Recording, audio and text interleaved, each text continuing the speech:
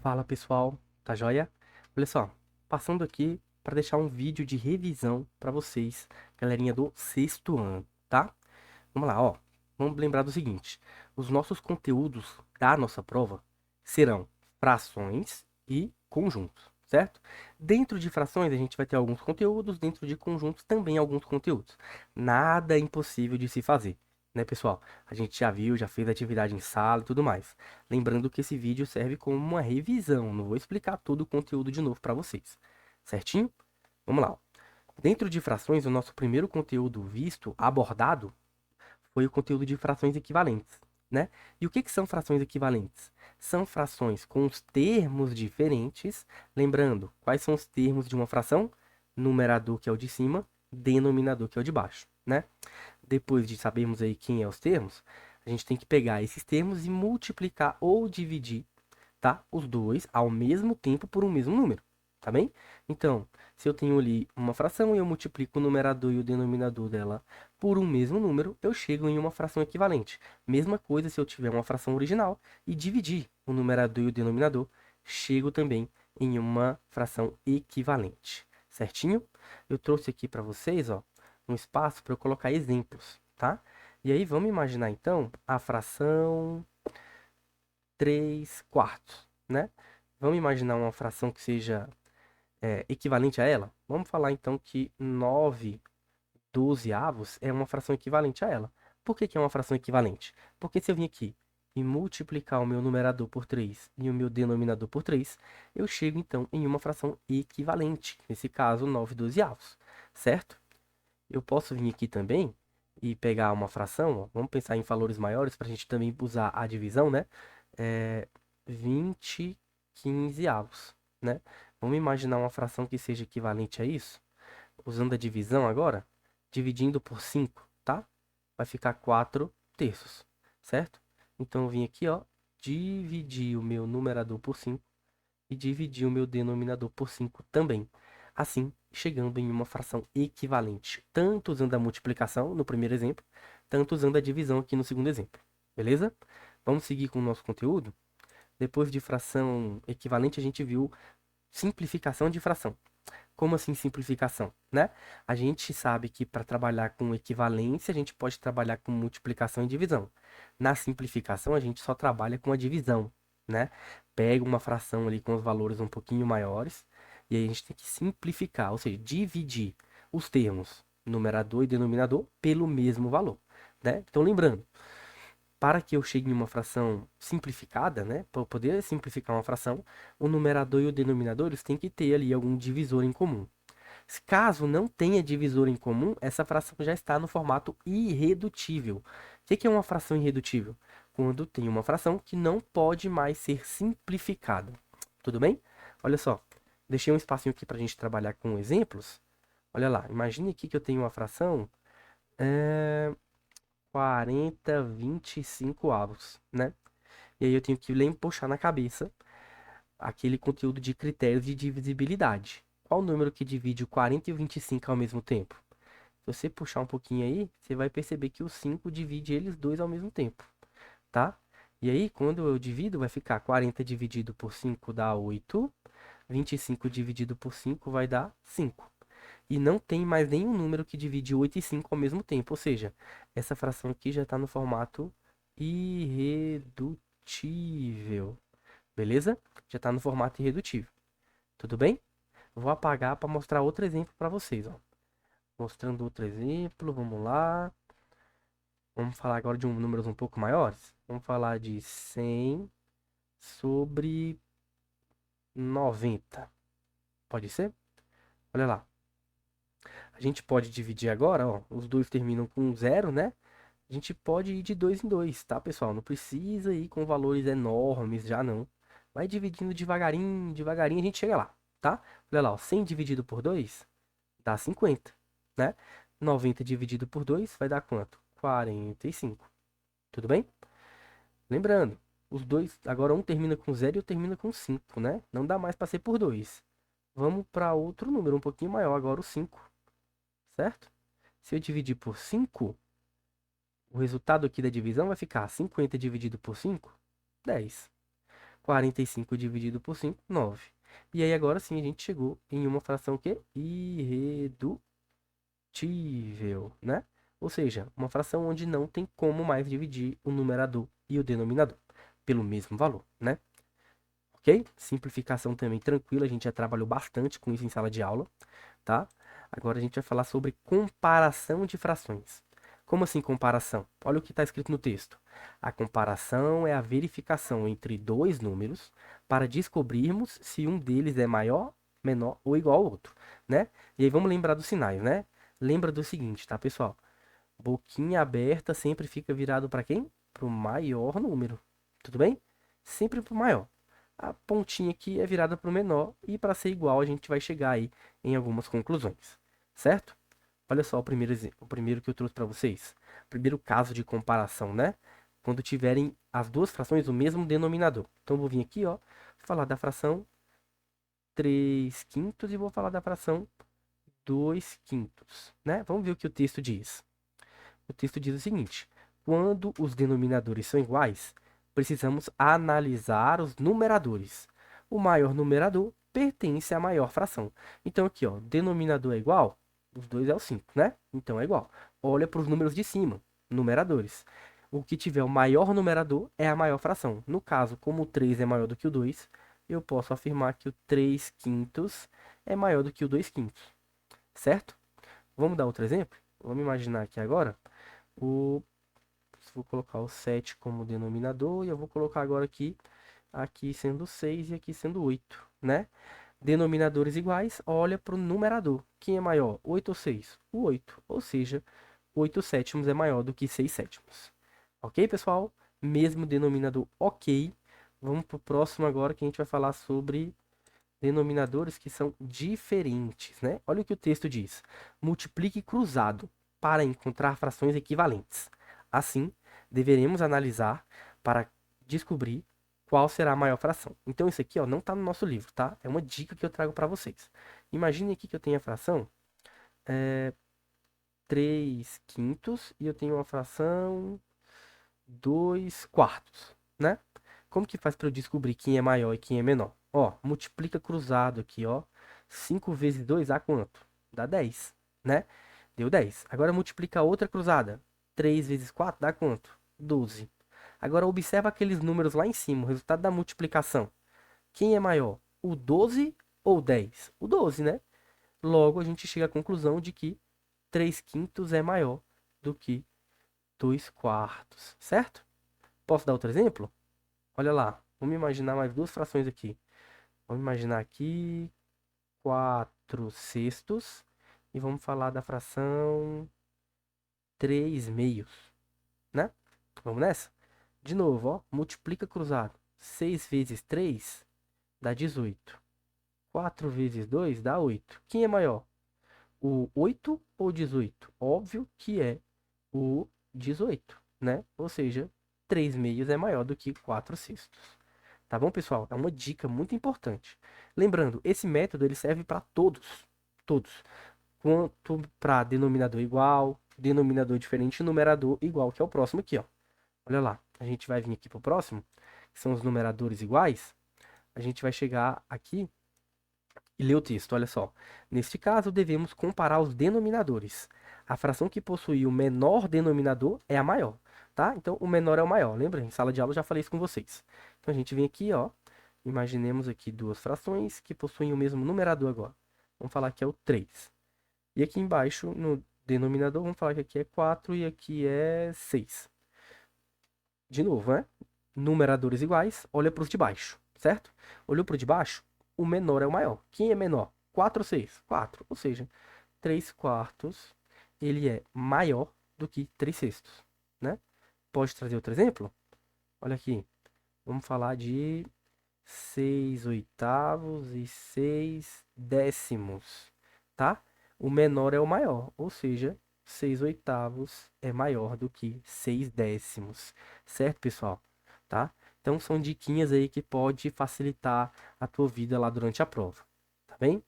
Nosso próximo conteúdo vai ser os tipos de frações, onde nós temos aí os tipos de fração própria, fração imprópria, fração aparente, fração decimal e números mistos, né? Vamos lembrar um pouquinho sobre fração própria? Uma fração própria é aquela fração em que o numerador ele é menor que o denominador. Ou seja, uma fração própria, eu posso vir aqui e falar que o 3 quintos é uma fração própria? Posso. O numerador ele é menor que o denominador. Fração imprópria é o contrário. O meu numerador agora é maior que o denominador. Então eu posso vir aqui, ó, 7 quartos, né? 7 quartos é uma fração imprópria. Tudo bem? Fração aparente é uma fração em que o numerador ele é múltiplo do denominador, ou seja, ele pode ser o mesmo número ou um múltiplo desse número. Então vamos falar que aqui é 2, o meu denominador. O meu numerador ele pode ser qualquer múltiplo. Vamos falar que é o 6, por exemplo, tá? A gente pode falar que 6 meios é uma fração aparente. Tudo bem? Fração decimal é uma fração em que o meu denominador ele é uma potência de 10. Como assim potência de 10? Olha 10, olha 100, olha 1000, 10.000, tá? Por aí vai. Vamos falar então aqui que 1/10 é uma fração decimal. E quando a gente fala de número misto, né, a gente chama aqui de fração também, porque um número misto, ele possui uma parte inteira, do lado dele possui ali uma fração, né? Então 3 inteiros e 1 meios é um número misto. Tudo bem? Tranquilo aí, pessoal? Deu para relembrar, né? Deu para refrescar aí. A gente, quando trabalha com número misto, tá? A gente tem a opção seguinte, ó, de transformar uma fração imprópria em um número misto. Vamos ler o texto para ver como é que faz.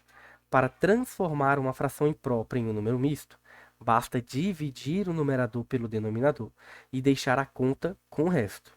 O quociente é a parte inteira e a parte da fração é formada colocando o resto como numerador e o denominador continua o mesmo, né?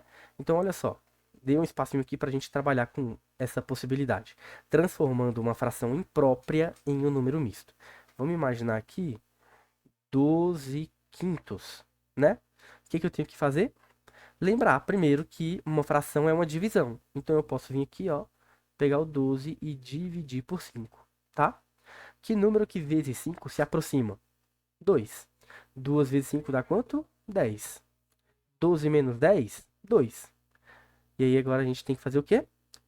O quociente é a parte inteira. Então, 2. O resto é o meu numerador, 2. E o denominador é só eu repetir, que é o 5. Ou seja, 12 quintos é a mesma coisa que 2 inteiros e 2 quintos, tá? Vou dar outro exemplo para vocês, ó. Vocês pegarem aí de vez, tá? Vamos lá, continuando. Aqui, ó, imagina que eu tenho a fração 14 sextos. Sextos? Não, sextos não vou colocar sextos, não. Vou colocar 14 quintos, tá? Vamos lá. Divide o numerador pelo denominador. 14 dividido por 5, tá? Então, vamos lá. Que número que vezes 5 se aproxima? 2. Vai dar 10, que sobra 4, né? Agora, o que eu faço? O meu quociente é a parte inteira. O resto é o meu numerador e o denominador é só eu repetir. 2 inteiros e 4 quintos é o número misto que representa a fração imprópria 14 quintos. Beleza, pessoal? Tranquilo? Vamos lá. Continuando, a gente pode transformar um número misto em uma fração imprópria, tá?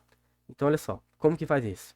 Devemos multiplicar a parte inteira pelo denominador e depois somar o resultado com o numerador, obtendo assim o numerador da fração imprópria. O denominador é o mesmo do número misto, tá? Eu dei um exemplo de uma parte aqui para a gente colocar exemplo, ó. Acompanhe aqui comigo. Imagina que eu tenho aqui 3 inteiros e 1 meio. E eu quero transformar isso em uma fração imprópria. Acompanhe aqui, ó. Vai ficar multiplicando pelo de baixo, 3 vezes 2. O resultado da multiplicação eu somo com o de cima. Então, lá, ó, 3 vezes 2, 6. 6 mais 1, 7. 7, quem vai ser o denominador? O mesmo que estava lá no número misto, 7 meios. Tá, pessoal? Outro exemplo. 5 inteiros e 3 quartos, por exemplo. Vamos lá, ó. Multiplica pelo de baixo e o resultado a gente soma com o de cima. 5 vezes 4, 20. 20 mais 3 é igual a 23 e o denominador é só repetir. Quartos. 23 quartos. Certinho, galera? Essa é a parte de fração. Tudo que a gente trabalhou com fração tá aqui, tá? Agora a gente vai falar sobre conjunto, certo, pessoal? É um conteúdo mais leve aí, mais tranquilo pra gente se trabalhar, tá? Você vê que foram conteúdos bem tranquilinhos aí. Olha só, a gente vai vir aqui, a primeira coisa a falar de conjuntos é o tipo de representação, né? Como que se representa um conjunto. A princípio, a gente representa o conjunto por uma letra maiúscula, né? Coloca lá o símbolo de igual. E entre chaves a gente coloca os elementos.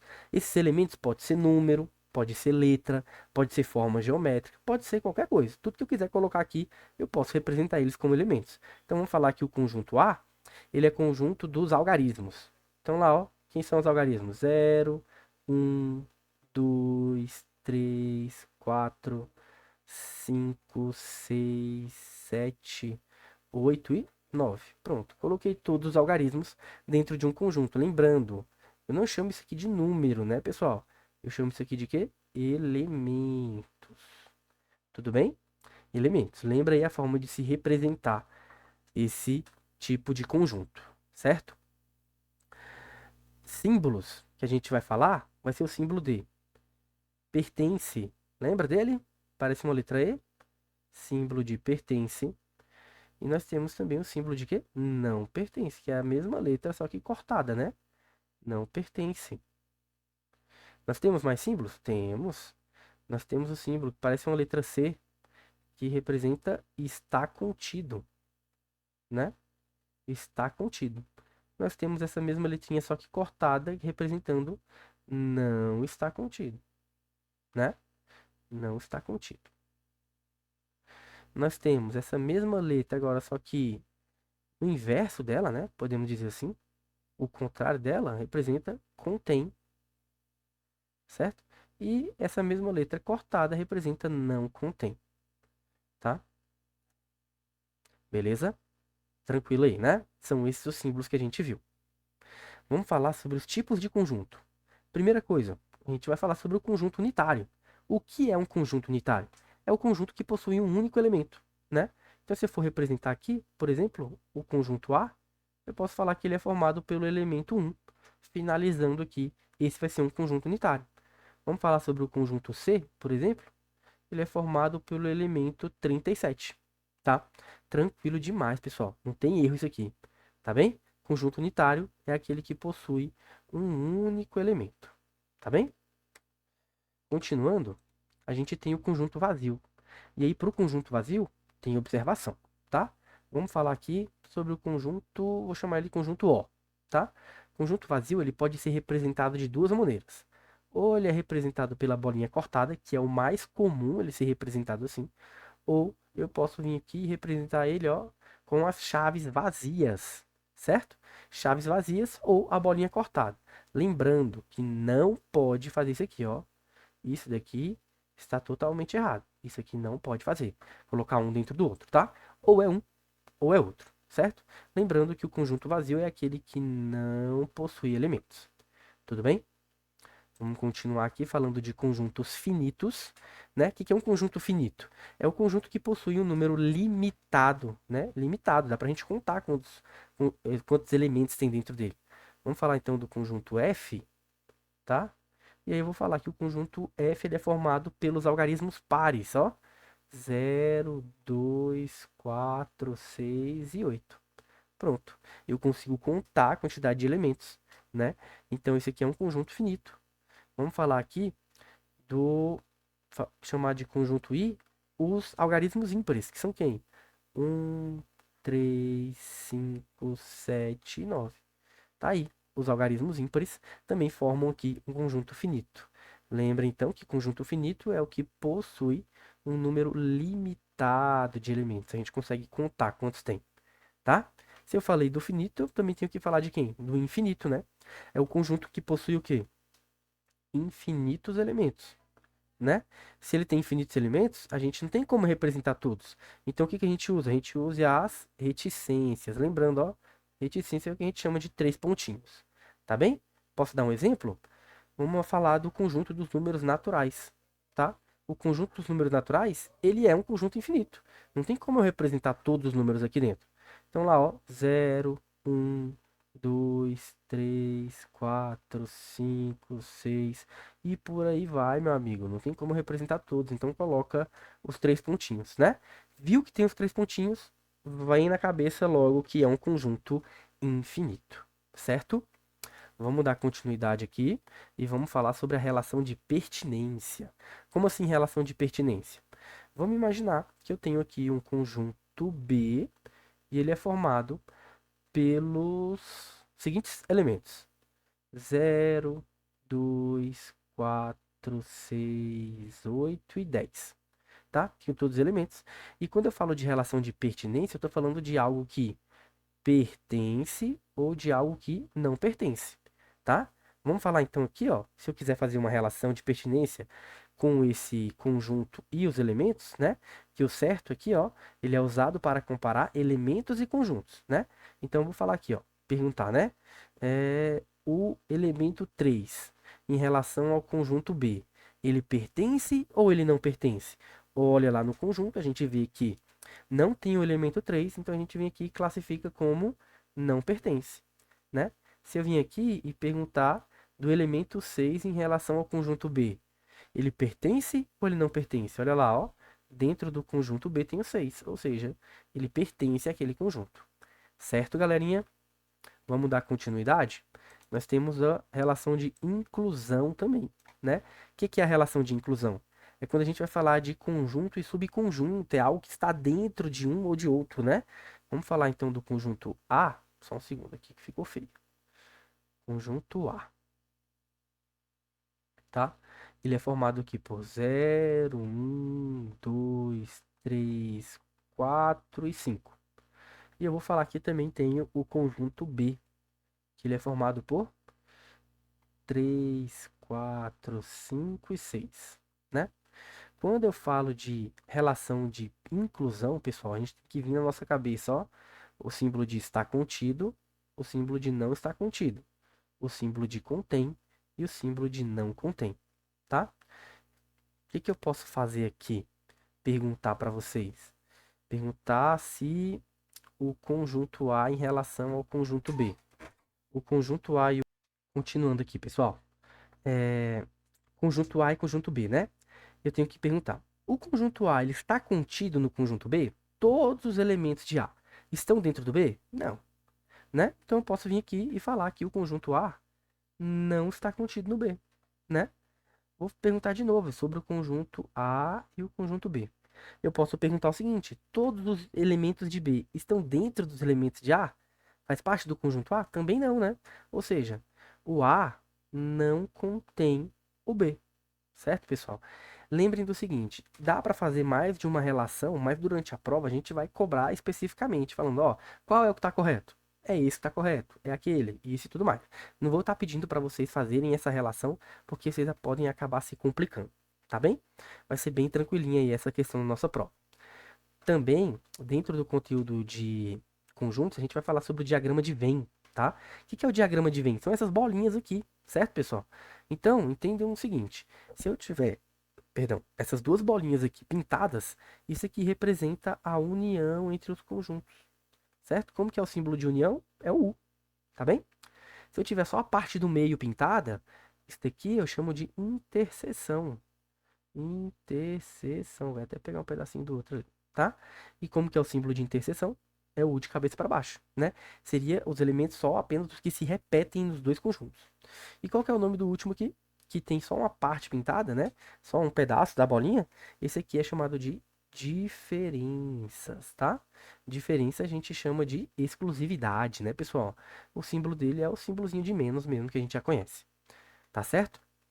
Eu trouxe para vocês um exemplo aqui. Olha só, exemplo não, na verdade eu trouxe alguns exercícios para a gente praticar, tá? Por exemplo, escreva duas frações equivalentes. Então eu venho aqui, vou falar da fração 2 terços. Eu quero que você represente duas frações equivalentes a 2 terços, tá? Então eu posso vir aqui, ó, multiplicar por 2. 2 vezes 2 é 4, 3 vezes 2 é 6. 4 sextos é uma fração equivalente a 2 terços. Eu posso vir aqui agora e multiplicar de novo isso aqui por 2, tá? E aí vai falar que 4 vezes 2 é 8, 6 vezes 2 é 12. Lembrando que essa primeira fração e essa segunda fração, todas elas duas são equivalentes à minha primeira fração. Certo, galera? Então, não se preocupe, fração equivalente é tranquilo, tá? A gente pode multiplicar ou dividir o numerador e o denominador, tá bem? Próximo exercício que eu trouxe é o seguinte: simplifique cada uma das frações abaixo até ficar em sua forma irredutível. Lembrando que simplificação trata-se de divisão dos termos, do numerador e do denominador. Então, eu vim aqui, ó, imagina que eu estou falando da fração 45/36 avos, né? Eu vim aqui, ó, e divido. Como um é ímpar e outro é par, não dá por 2. Vamos por 3? Vai dar certo. Olha lá, 45 por 3 vai dar 15, 36 por 3 vai dar 12. Ainda dá para dividir de novo. Por quem? Pelo 3 de novo. Olha lá, 15 dividido por 3 é 5, 12 dividido por 3 é 4. E agora sim a gente chegou em uma fração que está no seu formato irredutível. Certo, pessoal? Tranquilo? Vamos seguir aqui nos nossos exercícios de exemplo. Compare as frações abaixo. Então, vou dar três tipos aqui, ó. Vamos falar de 7 quintos e 9 quintos. Denominadores iguais, né? Se tem o denominador igual, olha para o numerador. O maior pertence à maior fração. No caso, o 9 é maior do que o 7, 9 quintos é maior do que 7 quintos. Outro exemplo que eu vou dar para vocês. Agora com denominadores diferentes. Vamos falar de 3 quintos e vamos falar de 8 quartos, tá? Lembra lá? Multiplica cruzado, ó. 5 vezes 8 dá 40. 4 vezes 3 dá 12. Quem é maior?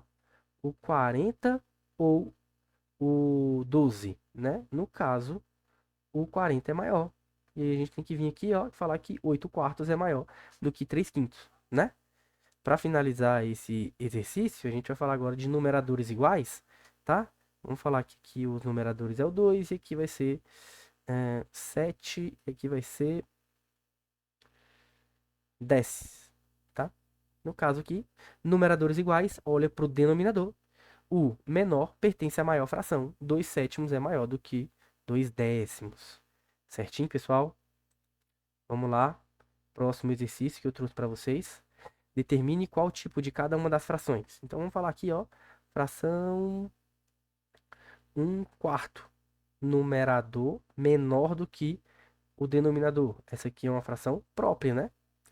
Vamos falar da fração 3 meios. Numerador maior do que denominador. Ou seja, fração imprópria. Certinho? Vamos falar agora da fração 6 sextos. Tá vendo que é o mesmo número em cima e embaixo? O número de cima, ele é um múltiplo do número de baixo. Ou seja, isso aqui vai ser uma fração o quê? Aparente, né? Aparente. Certinho? Nós temos aqui também, como exemplo, a fração 25 centésimos, né? Denominador é uma potência de 10, certo? Ou seja, isso aqui é uma fração que decimal. E a gente tem também, vamos falar aqui de 5 inteiros e 1 sétimo. Esse aqui vai ser o quê? Um número misto, né? Vou falar que é m aqui. Tudo bem, pessoal? Tranquilo, né? Deu para puxar na memória aí. Transforme as frações impróprias em números mistos. Olha lá, a gente já falou sobre isso.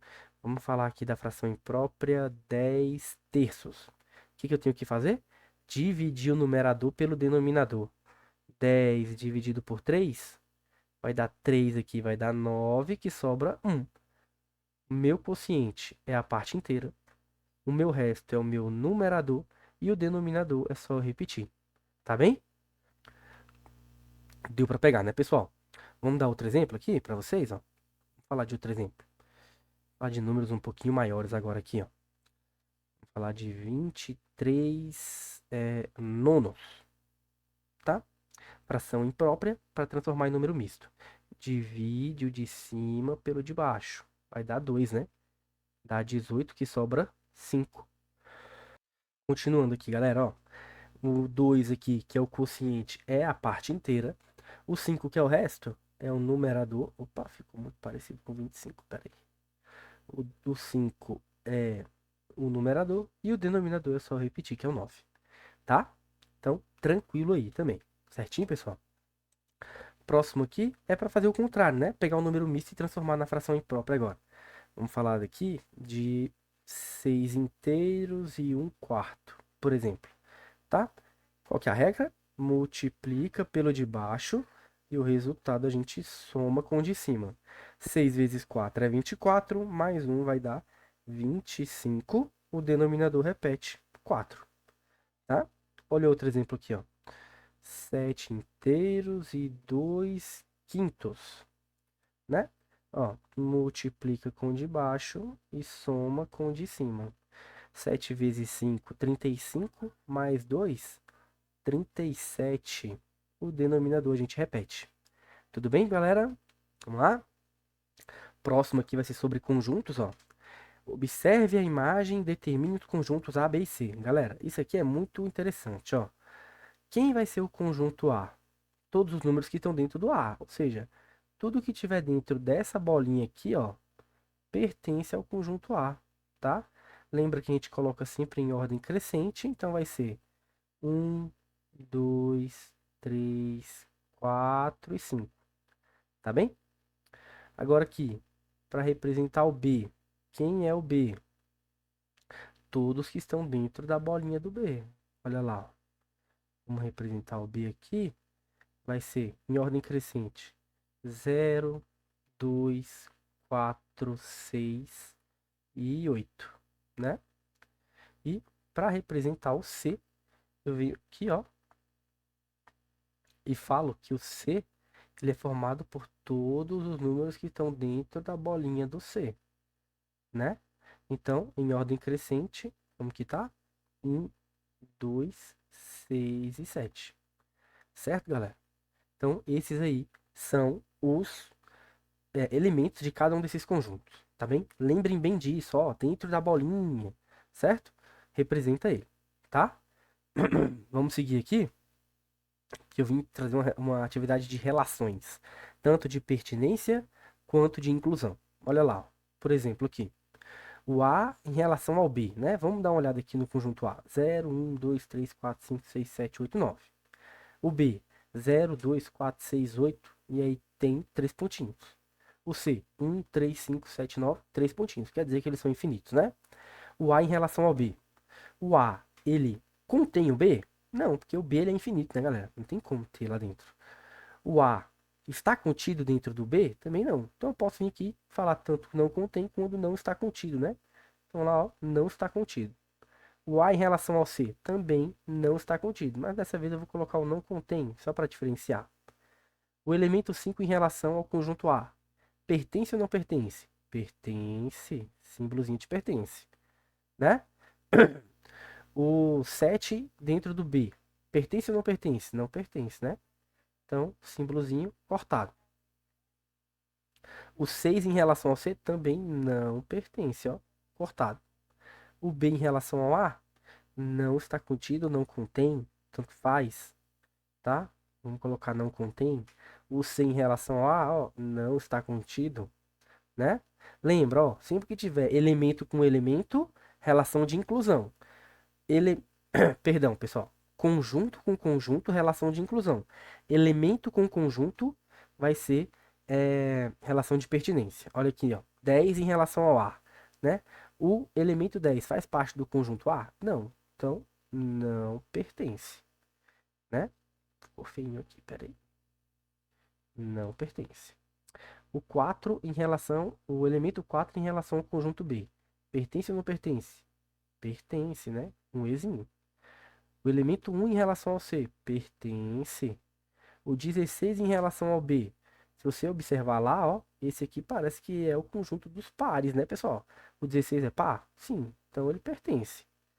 O 15 é o C. Olha lá, ele não aparece lá, mas aparentemente o conjunto C está falando dos números ímpares, né? Ou seja, o 15 é ímpar, pertence ao conjunto C. O elemento 21 ao A não pertence. E o elemento 3 ao B, como são os pares, também não pertence. Tá bem? Tá acabando aqui, tá, pessoal? O nosso último exercício aqui, ó, determine união, interseção e diferença entre os conjuntos. Vamos lá, lembrar então. União, galera, é quando eu pego todos os elementos e coloco dentro de um. Só que eu não posso repetir, tá? Então vamos falar aqui que A, vamos só deixar ele bonitinho, né? Aqui, ó. A união B vai ser todos os elementos, né? Em ordem crescente, sem repetir. Então vai ser 1, 2, 3, 4, 5, 6, 7, 8. Continuar embaixo. 9, 10, 11 e 12, tá? Todos eles em ordem crescente sem repetir, ó. Se você ver bem, o 6 tem nos dois, o 7 tem nos dois, o 8 tem nos dois, mas não pode repetir dentro do conjunto união. Tudo bem? Vamos falar agora da interseção. A interseção B, ou seja, na interseção são apenas os que se repetem, tá? Então lá, ó, apenas os que se repetem. Eu até sublinhei lá pra gente, ó. 6, 7 e 8. Eles se repetem, né? Lembrando que tem que estar entre chaves, né? Agora eu vou falar sobre a diferença. Qual que é a diferença do A em relação ao B? Ou seja, o que tem de exclusivo no A que não tem no B?